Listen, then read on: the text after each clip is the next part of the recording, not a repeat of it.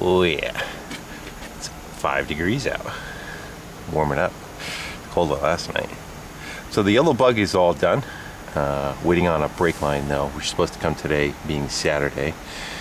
And if that happens, that'll come back in and get the brake line installed and put on the car trailer, because we have a big old snowstorm coming. It's supposed to be, I think they upped it to 14 inches. So it'd be nice to get that up on the trailer and ready to go and out of here on Tuesday. But in the meanwhile, while I'm waiting for that cable to come in, I was going to go take the bus apart and start on that transmission, but I don't want to start that until I get the bug done, so you know how that works. So in the interim, I wanted to go play with some kind of project.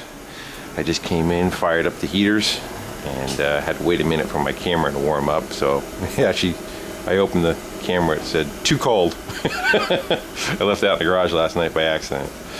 So in any event, had those bikes sitting outside the door. I figured I wanted to go play with them a little bit, and every once in a while it's nice to have some kind of fun, go do whatever you want kind of project. And here we go again, so to speak. So looking through some of the junk piles that I had and different front ends, I took the front wheel off of that. I wanted to see how that would fit on the Springer front end. Could I use that, put that on the other bike, and just start getting the gears flowing and go in my scrap pile, dig out some other crappy bikes behind them and see what I had. The problem with this front end is that's like 4 inches and skinny, and the one that's on there is a fatter diameter and about 5.5 inches, but we'll see. Again, it's all just part of the process. Someone grabbed a snowblower from me yesterday, that Toro 7 horsepower jobber, and on a trade-in was this guy, and I was thinking it was going to be a 2-stroke motor, but it's actually not. It's a 5-horse 4-stroke that's packed inside this thing. So that motor's a little too big to put on a bike. Then actually this snowblower still can be used, so instead of killing that, I think I'm just going to service it. And my wife wants something that we can bring to our mother-in-law's and do some help in the city over there when it snows, so that might be a good candidate for that. But during the summertime, I did grab this thing for 20 bucks at a yard sale, and it did start and run.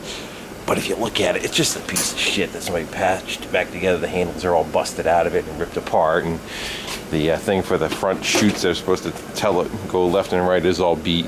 But the motor's got a good size to it, and it's a 2-stroke. I think it's like from here to here is about 10 inches, 8 inches, something like that. Maybe 10 inches overall. And it's nice compact style. So I'm looking at tearing this thing out of here. I don't know if you guys can see inside there. Pop the light on. This is almost like it's got a serpentine belt style set up in there.